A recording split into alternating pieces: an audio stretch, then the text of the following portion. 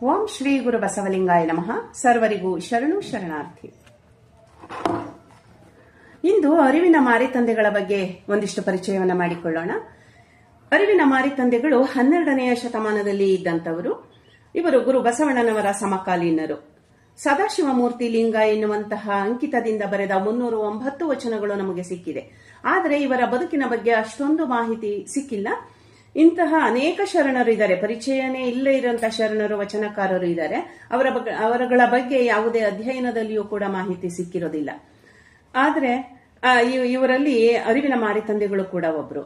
ಇವರ 309 ವಚನಗಳು ನಮಗೆ ಸಿಕ್ಕಿದೆ. ಆದರೂ ಕೂಡ ಅವರ ಒಂದು ವಚನದಲ್ಲೂ ಅವರ ತಮ್ಮ ಸ್ವಂತ ಬದುಕಿನ ಬಗ್ಗೆ ಒಂದಿಷ್ಟು ಸುಳಿವು ಸಿಕ್ಕಿಲ್ಲ. ಆದ್ರಿಂದ ಆ ಶರಣರ ವೈಯಕ್ತಿಕ ಜೀವನ ಮತ್ತೆ ಪೂರ್ವಾಪರಗಳ ಬಗ್ಗೆ ನಮಗೆ ಏನೂ ತಿಳಿದಿಲ್ಲ. ಅವರ ವಚನಗಳ ಭಾಷೆ ಬಹಳ ಸುಂದರವಾದ ಉಪಮೆಗಳಿಂದ, ರೂಪಕಗಳಿಂದ ಕೂಡಿದೆ. ಗುರುಲಿಂಗ ಜಂಗಮ ಮೊದಲಾದ ಪಾರಿಭಾಷಿಕ ಅರ್ಥವನ್ನು ಕುರಿತಂತಹ ಚಿಂತನೆಗಳೇ ಅವರ ವಚನದಲ್ಲಿ ಹೆಚ್ಚಾಗಿ ಸಿಗುತ್ತೆ. ಅಂದ್ರೆ ಅಷ್ಟೇ ಅಲ್ಲ, ಬೆಳಗಿನ ವಚನಗಳನ್ನು ಕೂಡ ಇವರು ಬರೆದಿದ್ದಾರೆ. ಅರಿವಿನ ಮಾರಿತಂದೆಗಳ ಕುರಿತು ತಿಳಿದುಕೊಳ್ಳಬೇಕು ಅಂತಂದ್ರೆ ನಾವು ಅವರ ವಚನಗಳ ಅಧ್ಯಯನ ಒಂದೇ ನಮಗಿರುವಂತಹ ಏಕೈಕ ಮಾರ್ಗ. ಅರಿವು ಎನ್ನುವಂತಹ ಪದ ಬಹಳ ವೈಶಿಷ್ಟ್ಯಪೂರ್ಣ ಆಗಿದೆ.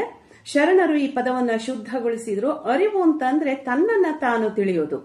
ಹಂಗೆ ತಿಳಿದ ನಂತರ ತನ್ನರಿವೇ ತನಗೆ ಗುರುವಾಗುತ್ತೆ. ಅರಿವೇ ಗುರು ಎನ್ನುವುದು ಇವರ ಒಂದು ಸಿದ್ಧಾಂತ. ಮೊದಲು ತನ್ನನ್ನ ತಾನು ತಿಳಿದುಕೋಬೇಕು, ಆ ನಂತರ ಲಿಂಗದ ಜ್ಞಾನ.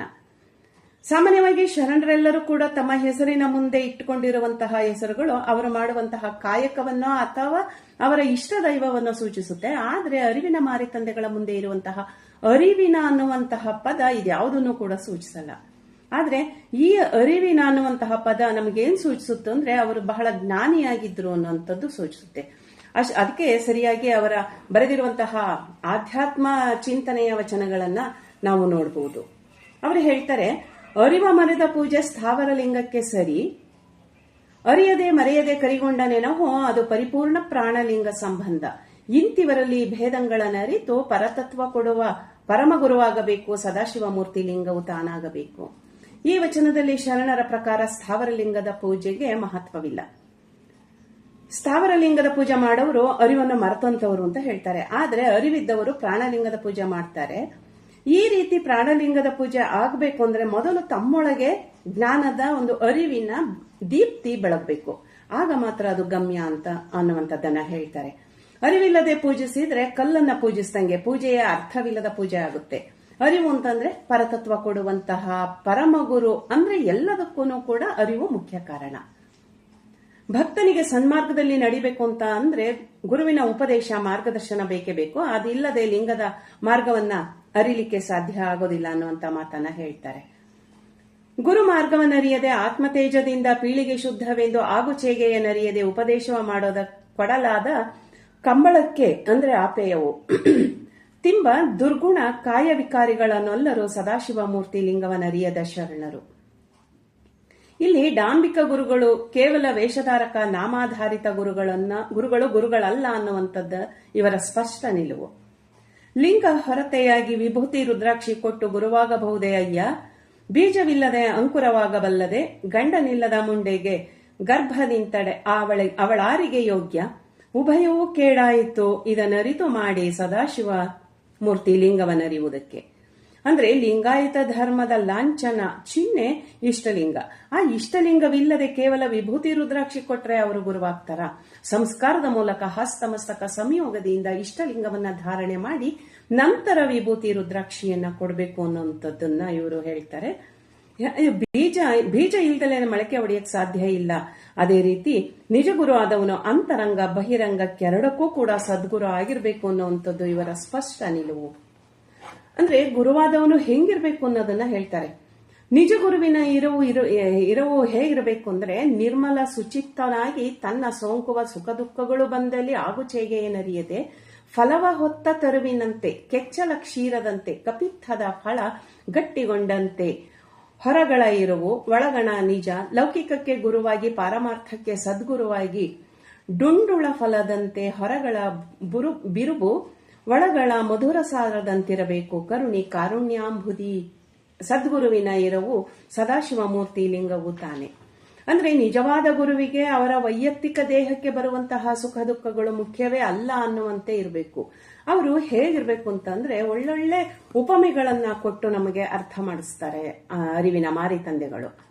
ಹಸು ಏನ್ ಮಾಡುತ್ತೆ, ಬಗೆ ಬಗೆಯ ಮೇವುಗಳನ್ನೆಲ್ಲ ಹುಲ್ಲುಗಳನ್ನೆಲ್ಲ ತಿಂದು ಅದರಲ್ಲಿರುವಂತಹ ಸಾರವನ್ನ ಸಂಗ್ರಹಿಸಿ ಕೆಚ್ಚಲಿನಲ್ಲಿ ಹಾಲನ್ನ ತುಂಬಿಕೊಂಡು ಬಂದು ತನ್ನ ಕರುವಿಗೆ ಎಷ್ಟೊತ್ತಿಗೆ ಅದನ್ನ ಕುಡಿಸ್ತೀನಿ ಅಂತ ಹೇಳಿ ಹಂಬಲ ತುಂಬಿ ಬಂದು ಆ ಕರುವನ್ನ ಮುದ್ದು ಮಾಡ್ತಾ ತನ್ನ ಕರುವಿಗೆ ಹಾಲನ್ನ ಉಣಿಸುತ್ತೆ. ಅದೇ ರೀತಿ ಗುರು ಆದವನು ಹಲವಾರು ಸಾಹಿತ್ಯಗಳನ್ನ ಅಧ್ಯಯನ ಮಾಡಿ ಜ್ಞಾನಾಮೃತವನ್ನ ಹೀರಿಕೊಂಡು ಬಂದು ಎಷ್ಟೊತ್ತಿಗೆ ತನ್ನ ಶಿಷ್ಯನಿಗೆ ಆ ಜ್ಞಾನಾಮೃತವನ್ನ ಉಣಿಸ್ತೀನೋ ಅನ್ನುವಂತಹ ಹಪಹಪಿಯಿಂದ ಶಿಷ್ಯನ ಬರುವಿಕೆಗಾಗಿ ಹಂಬಲಿಸ್ತಾ ಇರಬೇಕು ಜ್ಞಾನಧಾರೆಯನ್ನೇರಿಯಲು. ಆದ್ರೆ ಇಂದು ನಮಗೆ ಒಂದು ವಿಪರ್ಯಾಸ ಏನು ಅಂದ್ರೆ ಅಂತಹ ಗುರುಗಳನ್ನ ನಾವಿವತ್ತು ದುರ್ಬಿನ್ನಾಕಿ ಹುಡುಕಿದ್ರು ಸಿಗಲ್ಲ. ಎಲ್ಲೋ ಬೆರಳೆಣಿಕೆವಷ್ಟು ಅಲ್ಲೊಬ್ರು ಇಲ್ಲೊಬ್ರು ಅಂತಹ ಗುರುಗಳು ಸಿಗಬಹುದು. ಇವತ್ತು ನಮ್ಮ ಸುತ್ತಮುತ್ತ ಇರುವಂತಹ ಗುರುಗಳು ಎಂತವ್ರು ಅಂದ್ರೆ ಶಿಷ್ಯನಾದವನು ಕಾಣಿಕೆ ಎಷ್ಟು ತರ್ತಾನೆ ಅಂತ ಅವನ ಕೈ ನೋಡ್ತಾ ಇರ್ತಾರೆ ಹೊರತು ಅವನಿಗೆ ಜ್ಞಾನವನ್ನು ಅಂದ್ರೆ ಸಂಪಾದನೆ ಮಾಡುವಂತಹ ಹಪಹಪಿ ಇದೆಯಾ ಅನ್ನುವಂಥದ್ದನ್ನ ಯಾವ ಗುರುವು ಕೂಡ ಇಂದು ನೋಡೋದು ಕಂಡು ಬರ್ತಾ ಇಲ್ಲ. ಕಾಣಿಕೆ ತಂದವರನ್ನ ಒಂಥರ ನೋಡ್ತಾರೆ, ಕಾಣಿಕೆ ಇಲ್ಲದೆ ಬಂದಂತವ್ರನ್ನ ಮತ್ತೊಂದು ರೀತಿಯಲ್ಲಿ ನೋಡುವಂತಹ ಸನ್ನಿವೇಶ ಇವತ್ತಿನ ಸಮಾಜದಲ್ಲಿ ಒದಗಿ ಬಂದಿದೆ. ಆದ್ರೆ ಇವರು ಹೇಳ್ತಾರೆ, ಅಂತ ಗುರುವನ ಕಾಲನ್ನ ಹಿಡಿದೆ ತನ್ನ ಅರಿವೇ ತನಗೆ ಗುರುವಾಗಬೇಕು ಅನ್ನುವಂಥದ್ದನ್ನ ಮಾರಿ ತಂದೆಗಳು ಹೇಳ್ತಾರೆ. ಅವರು ಮುಂದೆ ಹೇಳ್ತಾರೆ, ಫಲವ ಹೊತ್ತ ತರುವಿನಂತೆ ಇರಬೇಕು. ಅಂದ್ರೆ ಬೀಗಿ ಬೆಳೆದ ಗೊನೆವಾಳಿಯಂತೆ ಬಾಗಿಕೊಂಡಿದ್ದರೆ ಬೇಡಿದ್ದ ನೀವ ನಮ್ಮ ಕೂಡಲ ಸಂಗಮ ದೇವ ಅಂತ ಗುರು ಬಸವಣ್ಣನವರು ಹೇಳ್ದಂಗೆ ಫಲವನ್ನು ಹೊತ್ತಂತಹ ತೆನೆ, ಭತ್ತ ಇರ್ಬೋದು, ಬಾಳೆಗೊನೆ ಇರ್ಬೋದು, ಪ್ರತಿಯೊಂದು ರಾಗಿ, ಪ್ರತಿಯೊಂದು ಫಲ ಹೊತ್ತಂತಹ ತೆನೆಗಳು ಬಾಗಿ ಹೆಂಗಿರುತ್ತೋ ಹಾಗೆ ಇರಬೇಕು. ಫಲವನ್ನು ತುಂಬಿಕೊಂಡಂತಹ ಗೊನೆಯಂತೆ ಇರಬೇಕು, ಬೀಗಬಾರ್ದು. ಶಿಷ್ಯನೇ ಆಗ್ಲಿ ಗುರುವೇ ಆಗ್ಲಿ ಬಾಗಬಾರ್ದು, ಗೊನೆವಾಳಿಯಂತೆ ಬಾಗಿಕೊಂಡಿದ್ದರೆ ಬೇಡಿದ್ದ ನೀವ ಅಂತ ಗುರು ಬಸವಣ್ಣನವರು ಹೇಳುವಂಗೆ ಬಾಗಿಕೊಂಡಿರ್ಬೇಕು ಅಂತ ರಸಭರಿತವಾದ ಫಲವನ್ನ ತುಂಬಿರ್ಬೇಕು ಅನ್ನುವಂಥದ್ದು. ಮತ್ತೆ ಕಪಿತ್ತದ ಫಲ ಅಂತಂದ್ರೆ ಬೇಲದ ಹಣ್ಣಿನಂತೆ ಗುರುವಾದವನು ಇರಬೇಕು.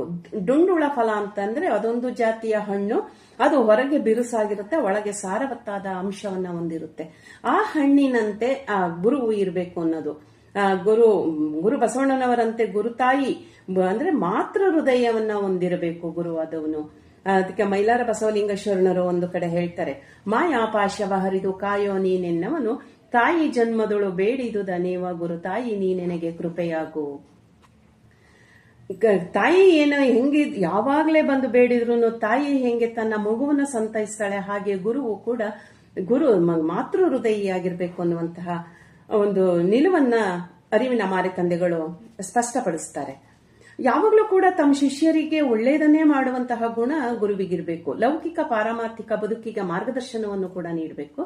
ಹಂಗಿದ್ರೆ ಅಂಥ ಗುರು ಕಾರುಣ್ಯಾಂಬುದಿಯಾಗಿರುವಂತಹ ಗುರುವಾಗಿದ್ದ ಅವರು ಸಾಕ್ಷಾತ್ ಸದಾಶಿವ ಮೂರ್ತಿ ಲಿಂಗವೇ ಅವರಾಗಿರ್ತಾರೆ, ಅವರು ಬೇರೆ ಅಲ್ಲ ಅನ್ನುವಂಥದ್ದನ್ನ ಅರಿವಿನ ಮಾರಿ ತಂದೆಗಳು ಸ್ಪಷ್ಟಪಡಿಸ್ತಾರೆ. ಕಾಯವಳಿಯಲಾಗಿ ಜೀವನ ಚೇತನಕ್ಕೆ ಸ್ಥಾಪ್ಯವಿಲ್ಲ, ಜೀವ ಹಿಂಗೆ ಘಟ ಒಂದು ದಿನಕ್ಕೆ ಆಶ್ರಯಿಸಿ ನಿಲ್ಲಲರಿಯದು, ಒಂದ ಬಿಟ್ಟೊಂದು ಹಿಡಿಯುವುದಕ್ಕೆ ಎಡೆತೆರೆ ಇಲ್ಲ. ಇದು ಕಾರಣದಲ್ಲಿ ಇಷ್ಟಕ್ಕೂ ಪ್ರಾಣಕ್ಕೂ ಬೆಚ್ಚತ್ತಿದಂತಿರಬೇಕು. ನಿಂದ ಇರವಿನಲ್ಲಿ ಸಂದು ಮತ್ತೊಂದು ವಿಚಾರಿಸಿದೆನೆಂಬ ಸಂದೇಹವಳಿದಲ್ಲಿ ತೋರುತ್ತದೆ ಬೆಳಗು ಸದಾಶಿವ ಮೂರ್ತಿ ಲಿಂಗದಲ್ಲಿ. ದೇಹವನ್ನು ಕರಣಗಳನ್ನು ಮರೆತು ಮಾತಾಡಬಾರದು. ಆದ್ರೆ ಯಾಕೆ ಅಂತ ಅಂದ್ರೆ ಎಲ್ಲದಕ್ಕೂ ಕೂಡ ದೇಹವೇ ಆಧಾರ. ಬೀಜ ಬಿತ್ತಕ್ಕೆ ಹೆಂಗೆ ಭೂಮಿಯ ಆಧಾರವೋ ಅದೇ ರೀತಿ ಮನಸ್ಸು ಆತ್ಮಗಳ ರಕ್ಷಣೆಗೆ ದೇಹವೇ ಮಾಧ್ಯಮ ಆಗಿದೆ. ಅದರಿಂದ ದೇಹ ಬೇರೆ ಅಲ್ಲ, ದೇಹ ಕರಣಗಳು ಬೇರೆ ಅಲ್ಲ, ಅವೆರಡನ್ನು ಬೇರೆ ಅಂತ ನಾವು ಪರಿಗಣಿಸಬಾರದು ಅನ್ನುವಂತ ಮಾತನ್ನ ಮಾರಿ ತಂದೆಗಳು ಹೇಳ್ತಾರೆ. ಬೀಜವಿಲ್ಲದೆ ಬೆಳೆ ಉಂಟೆ ಅಯ್ಯ, ನಾದವಿಲ್ಲದೆ ಶಬ್ದ ಉಂಟೆ ಅಯ್ಯ, ದೃಷ್ಟಿ ಇಲ್ಲದೆ ಕಳೆಯುಂಟೆ ಅಯ್ಯ, ಅಂಗ ಸಹಿತವಾಗಿ ಸರ್ವ ಸಂಗವನರಿಯಬೇಕಲ್ಲದೆ ನಿರಂಗಲಿಂಗದಲ್ಲಿ ಹೊಕ್ಕು ಸರ್ವ ಭೋಗಗಳ ಕಾಬುದಕ್ಕೆ ಇದೇ ದೃಷ್ಟ. ಬಂಗಾರದ ಒಡಲಿನಲ್ಲಿ ಬಣ ನಿಂತು ಲೆಕ್ಕವಿಟ್ಟಂತೆ ಬಾಹಂತೆ ಆತ್ಮನ ದೃಷ್ಟ ಕಂಡು ಮತ್ತೆ ಅಧ್ಯಾತ್ಮವೆನಲೇಕೆ ಘಟದ ಮಧ್ಯದಲ್ಲಿ ನಿಂದು ನುಡಿಯುವುದೇ ಕ್ರಿಯೆಯಿಂದ ಸದಾಶಿವಮೂರ್ತಿ ಲಿಂಗವನ್ನರಿಯುವುದಕ್ಕೆ. ಒಟ್ಟಾರೆ ಶರೀರವಿಲ್ಲದೆ ಏನನ್ನೂ ಸಾಧಿಸಕ್ಕಾಗಲ್ಲ ಅನ್ನುವಂಥದ್ದು ಈ ಶರಣರ ವಚನಗಳಿಂದ ಸ್ಪಷ್ಟ ಆಗುತ್ತೆ. ಶಿವಭಕ್ತ ಆದವನು ಕೇವಲ ಲಿಂಗವನ್ನ ಹೊಂದಿದ್ರೆ ಸಾಲದು, ಕೇವಲ ಅಂಗವನ್ನ ಹೊಂದಿದ್ರೆ ಸಾಲದು, ಆ ಅಂಗದ ಮೇಲೆ ಲಿಂಗವನ್ನು ಕೂಡ ಧರಿಸಿರಬೇಕು. ಭಕ್ತಿ ಅನ್ನೋದು ಯಾರದೋ ಭಯಕ್ಕೆ ಮಾಡುವಂತದ್ದಲ್ಲ, ಅಥವಾ ಯಾರದೋ ಮುಲಾಜಿಗೆ ಮಾಡುವಂತದ್ದಲ್ಲ. ಗುರುಲಿಂಗ ಜಂಗಮಕ್ಕೆ ಅಂತರ ಇರಬಾರ್ದು. ಹಂಗೆ ಒಮ್ಮತವಿಲ್ಲದೆ ಮಾಡಿದ್ರೆ ಅದೇ ನಿಜವಾದ ಭಕ್ತಿಯ ಕೇಡು. ಅಂದ್ರೆ ಒಮ್ಮತವಿಲ್ಲದೆ ಮಾಡಿದ್ರೆ ಅದೇ ನಿಜವಾದ ಕೇಡು ಭಕ್ತಿಗೆ ಅಂತ ಮಾರಿತಂದೆಗಳು ಹೇಳ್ತಾರೆ. ಈ ಮೂರು ಒಂದೇ ಅಂತ ಪ್ರಮಾಣಿಸಿ ಮಾಡಿದ್ರೆ ಅಂತ ಭಕ್ತಿ ಮಾತ್ರ ಸಾರ್ಥಕ ಅನ್ನುವಂಥದ್ದು ಅವರ ನಿಲುವು. ಇವರು ಸಹಭೋಜನ ಮತ್ತೆ ದಾಸೋಹದ ಬಗ್ಗೆಯೂ ಕೂಡ ಅವರ ವಚನಗಳಲ್ಲಿ ಗಮನಿಸಬಹುದು. ಅಷ್ಟೇ ಅಲ್ಲ, ಆಧ್ಯಾತ್ಮದ ಕೃಷಿ ಮಾಡುವ ಬಗ್ಗೆಯೂ ಕೂಡ ಅವರು ಹೇಳ್ತಾರೆ. ಭಕ್ತ ಭೂಮಿಯಾಗಿ ಜಂಗಮ ಬೀಜವಾಗಿ, ಆ ಜಂಗಮದರಿವು ಅಪ್ಪುವಾಗಿ, ಆ ಸುಭೂಮಿಯ ಬೀಜದ ಮೇಲೆ ಸುರಿಯೆ, ಆ ಭೂಮಿ ಶೈತ್ಯವಾಗಿ, ಆ ಬೀಜದ ಒಳಗು ಒಡೆದು ಅಂಕುರ ತಲೆದೋರಿ, ಭಕ್ತಿ ಜ್ಞಾನ ವೈರಾಗ್ಯವೆಂಬ ಮರ ಶಾಖೆ ಫಲ ಬಲಿದು ತುರಿಯ ನಿಂದು ಹಣ್ಣಾಯಿತು. ಆ ಹಣ್ಣ ಮೇಲಣ ಜಡವ ಕಳೆದ ಒಳಗಳ ಬಿತ್ತ ಮುಂದಕ್ಕೆ ಹುಟ್ಟದಂತೆ ಹಾಕಿ, ಉಭಯದ ಮಧ್ಯದಲ್ಲಿ ನಿಂದ ಸವಿಸಾರದ ಸದಾಶಿವ ಮೂರ್ತಿ ಲಿಂಗಕ್ಕೆ ಅರ್ಪಿತವ ಮಾಡು. ಇದು ಗುರು ಬಸವಣ್ಣನವರ ಭಕ್ತಿ ಎಂಬ ಪೃಥ್ವಿಯ ಮೇಲೆ ಆ ವಚನಕ್ಕೆ ಹೋಲುವಂತಿದೆ. ಅರಿವಿನ ಮಾರಿತಂದೆಗಳು ಇಡೀ ವಚನದ ಆಧ್ಯಾತ್ಮದ ಕೃಷಿಯ ಬಗ್ಗೆ ವಿವರ ಕೊಡ್ತಾ ಹೋಗಿ ಅಂತರಂಗದ ಭಕ್ತಿಯ ನಿರೂಪವನ್ನ ಮಾಡ್ತಾರೆ. ಆದ್ರೆ ಎಲ್ಲಿಯೂ ಸರಳತೆ ಇಲ್ಲ. ಒಂದು ಹಂತದವರೆಗೆ ಸೃಷ್ಟಿ ರೂಪಕ ಬರುತ್ತೆ. ಆದ್ರೆ ವಚನದ ಕೊನೆಗೆ ಬಂದಾಗ ಆ ಹಣ್ಣು ಮೇಲಣ ಜಡವ ಕಳೆದು ಒಳಗೆ ಬಿತ್ತ ಮುಂದಕ್ಕೆ ಹುಟ್ಟದಂತೆ. ಅಂದ್ರೆ ಇವರು ಇದು ಮುಖ್ಯ. ಏನ ಹೇಳ್ತಾರೆ, ಹುರಿದ ಕಾಳಾಗ್ಬೇಕು ಅಂತಾರೆ. ಸುಟ್ಟ ಬೀಜ ಅಂದ್ರೆ ಬೆಂದ ಕಾಳಾಗ್ಬೇಕು ಅಂದ್ರೆ ಮುಂದೆ ಬಿತ್ತಿದ್ರೆ ಅದು ಹುಟ್ಟಲಾರದಂತೆ. ಹಾಗೆ ನಾವು ಮುಂದೆ ಭವಕ್ಕೆ ಬೀಳದಂತೆ ಮುಕ್ತಿಯನ್ನ ಪಡೆಯುವಂತಹ ಒಂದು ಬೀಜ ಆಗ್ಬೇಕು ಅನ್ನುವಂಥದ್ದು ಈ ಶರಣರ ಅಭಿಪ್ರಾಯ. ಭಕ್ತಿ ಅನ್ನೋದನ್ನ ನಮಗಾಗಿ ಮಾಡುವುದೇ ಹೊರತು ಬೇರೆಯವರನ್ನ ಮೆಚ್ಚಿಸ್ಲಿಕ್ಕಾಗಿ ಅಲ್ಲ ಅನ್ನೋದು ಮಾರಿತಂದೆಗಳು ತಮ್ಮ ವಚನದಲ್ಲಿ ತಿಳಿಸ್ತಾರೆ. ಓಗರ ಹಸಿ ಇತ್ತೆಂದು ಉಂಬುವರಿಲ್ಲ, ನೀರು ಬಾಯಾರಿತ್ತೆಂದು ಕುಡಿವರಿಲ್ಲ, ಭೂಮಿಗೆ ಬಡತನವೆಂದು ಬಿತ್ತುವರಿಲ್ಲ, ತಮ್ಮ ಒಲವರಕ್ಕೆ ತಾವು ಮಾಡುವಲ್ಲಿ ಗನ್ನದ ಆಸೆ ಬೇಡ, ಸದಾಶಿವಮೂರ್ತಿ ಲಿಂಗವನ್ನರಿವುದಕ್ಕೆ. ಇಲ್ಲಿ ಅರಿವಿನ ಮಾರಿತಂದೆಗಳು ಸ್ಪಷ್ಟವಾಗಿ ಹೇಳ್ತಾರೆ, ಭಕ್ತ ತಾನು ತನಗೆ ಬೇಕು ಅಂತ ಭಕ್ತಿ ಮಾಡೋದೇ ಹೊರತು ಬೇರೆಯವರಿಗಾಗಿ ಅಲ್ಲ. ತನಗೆ ಹಸಿವಾಗಿದೆ ಅಂತ ಉಣ್ತಾನೆ ಹೊರತು ಅನ್ನ ಹಾಳಾಗುತ್ತೆ, ನಾನು ಉಂಡೆ ಇದ್ರೆ ಅನ್ನ ಕೆಟ್ಟು ಹೋಗುತ್ತೆ ಅಂತ ಅಲ್ಲ. ಹಾಗೆ ನೀರು ತನಗ್ ಬಾಯಾರಿಕೆ ಆಗಿದೆ ಅಂತ ತಾನು ನೀರು ಕುಡಿಬೇಕೆ ಹೊರತು ನೀರಿಗೆ ಬಾಯಾರಿಕೆ ಆಗಿದೆ ಅಥವಾ ತೃಷೆ ಆಗಿದೆ ಅಂತ ಕುಡಿಯೋದಲ್ಲ. ಹಾಗೆ ಆತ್ಮದ ಹಸಿವಿಗಾಗಿ ಭಕ್ತಿಯನ್ನ ಮಾಡಬೇಕು ಅನ್ನೋದನ್ನ ಹೇಳ್ತಾರೆ. ಹಾಗೆ ಮಾಯೆ ನಮ್ಮನ್ನು ನುಂಗುವಾಗ ಯಾರು ತಡೆಯಕ್ಕಾಗೋದಿಲ್ಲ. ಈ ಮೂರು ಲೋಕವನ್ನು ನುಂಗಿತ್ತು ಮಾಯೆ ಅಂತ ಅಕ್ಕ ಮಹಾದೇವಿ ತಾಯಿಯವರು ತಮ್ಮ ಒಂದು ವಚನದಲ್ಲಿ ಹೇಳ್ತಾರೆ. ಅದನ್ನೇ ಅರಿವಿನ ಮಾರಿತಂದೆಗಳು ಕೂಡ ಹೇಳ್ತಾರೆ. ಈ ಮಾಯೆಯ ತುತ್ತಾಗುವುದನ್ನ, ಮೂರು ಲೋಕವು ಮಾಯೆಯ ತುತ್ತಾಗಿರುವುದನ್ನೇ ಅವರು ಹೇಳ್ತಾರೆ. ಈ ಬಗ್ಗೆ ತಾತ್ವಿಕವಾದ ವಿಚಾರಗಳನ್ನು ಅವರು ಬರೆದಿದ್ದಾರೆ ತಮ್ಮ ಬೆಳಗಿನ ವಚನದಲ್ಲಿ. ಕೋಟಿ ಗುರುವಾಗಬಹುದು, ಭಕ್ತನಾಗಬಾರದು. ಕೋಟಿ ಚರವಾಗಬಹುದು, ಭಕ್ತನಾಗಬಾರದು. ತ್ರಿವಿಧಕ್ಕಾಧಾರ ಭಕ್ತನ ವಿಶ್ವಾಸ. ತ್ರಿವಿಧದ ಪ್ರಾಣ ಭಕ್ತನ ಚಿತ್ತ, ಭಕ್ತನ ಬಾಗಿಲಲ್ಲಿ ಈಶ್ವರ ನಿಪ್ಪ, ಭಕ್ತನ ಅಂಗಳದಲ್ಲಿ ಮಹಾಲಿಂಗವಿಪ್ಪುದು, ಭಕ್ತನ ಆಶ್ರಯದಲ್ಲಿ ಪ್ರಸಾದಕ್ಕೆ ಸದಾಶಿವಲಿಂಗ ಮೂರ್ತಿ ಕಾಯ್ದುಕೊಂಡಿಪ್ಪುದು. ಇಡೀ ವಚನ ಸಂಸಾರ ಮತ್ತೆ ಅದನ್ನು ಮೀರಿದಂತಹ ಬದುಕಿನ ಚಿಂತನೆಯನ್ನು ಬಹಳ ಸುಂದರವಾಗಿ ಸಮೀಕರಿಸಿದೆ. ಗುರುಲಿಂಗ ಜಂಗಮಕ್ಕೆ ಆಧಾರ ಭಕ್ತನೇ, ಅವನಿಲ್ಲದೆ ಯಾವುದು ಕೂಡ ಇಲ್ಲ ಅನ್ನುವಂತ ಹೇಳುವಂಥದ್ದು. ಗುರುವಿಗೂ ಲಿಂಗಕ್ಕೂ ಜಂಗಮಕ್ಕೂ ಭಕ್ತನೇ ಮಂದಿರ. ಅಂದ್ರೆ ಗುರುಲಿಂಗ ಜಂಗಮಕ್ಕೆ ಭಕ್ತನ ಅಂಗವೇ ಮಂದಿರ. ಆ ಅಂಗ ಮತ್ತೆ ಲಿಂಗ ಒಂದ್ರೊಳಗೆ ಒಂದು ಹೊಂದಿಕೊಂಡಿದೆ. ಅರಸ ಏನ್ ಮಾಡ್ತಾನೆ, ಹಲವಾರು ಅರಮನೆಗಳನ್ನ ಕಟ್ಟಿಸ್ತಾನೆ. ಎಲ್ಲ ಮನೆಗಳಲ್ಲೂ ಸ್ವಲ್ಪ ಸ್ವಲ್ಪ ದಿನ ಇರೋ ಹಂಗೆ ಆತ್ಮವೂ ಕೂಡ ಶರೀರಗಳನ್ನ ಆಶ್ರಯಿಸುತ್ತೆ. ಈ ಒಂದು ರೂಪಕವನ್ನು ತಿಳಿಸುವ ಮೂಲಕ ಈ ಶರೀರದೊಳಗಣ ಪ್ರಾಣ ಬೇರಾಗುವ ಚಿತ್ರಣವನ್ನ ಅರಿವಿನ ಮಾರಿತಂದೆಗಳು ಸ್ಪಷ್ಟಪಡಿಸ್ತಾರೆ. ಅರಸು ಆಲಯವ ಹಲವ ಕಟ್ಟಿಸಿದಂತೆ ಶರೀರದಲ್ಲಿ ಆತ್ಮನು ಹಲವು ನೆಲೆಯುಂಟೆಂದು ತಿರುಗುತ್ತಿಹ ಭೇದವಾವುದು ಹೇಳಿರಯ್ಯ. ಆ ಘಟದೊಳಗಳ ಭೇದ ಹಸು ಹಿಂಗಿದಾಗ ಘಟ ಒಡಗಿತ್ತು, ಅರಸಿಲ್ಲದಾಗ ಆಲಯ ದೆಸಗೆಟ್ಟಿತ್ತು. ಅಳಿವುದೊಂದು ಉಳಿದಿಹಲ್ಲಿ ಕಾಬುದೊಂದು ಭೇದ, ಸದಾಶಿವಲಿಂಗ ಮೂರ್ತಿ ಲಿಂಗವ ನರಿತಲ್ಲ. ಮನೆಯಲ್ಲಿ ಒಡೆಯ ಇಲ್ಲದೆ ಇದ್ರೆ ಮನೆ ದೆಸೆಗಿಡುವ ಚಿತ್ರಣವನ್ನು ಗುರು ಬಸವಣ್ಣನವರು ಕೂಡ ಒಂದು ವಚನದಲ್ಲಿ ಹೇಳ್ತಾರೆ, ಮನೆಯೊಳಗೆ ಮನೆಯೊಡೆಯನಿದ್ದಾನೋ ಇಲ್ಲವೋ ಅನ್ನುವಂಥದ್ದು. ಈ ಉಪಮೆ ಇನ್ನೂ ಇದರಲ್ಲಿ ವಿಸ್ತಾರವಾಗಿ ಇದೆ. ಕೆಲವರು ಅಂದ್ರೆ ಆತ್ಮಕ್ಕಾಗಿ ದೇಹಕ್ಕಾಗಿ ಆತ್ಮ ತಿರುಗ್ತಾ ಇರುತ್ತೆ ಎನ್ನುವಂತಹ ಒಂದು ವಿಚಾರವನ್ನ ಈ ವಚನದಲ್ಲಿ ಹೇಳ್ತಾರೆ.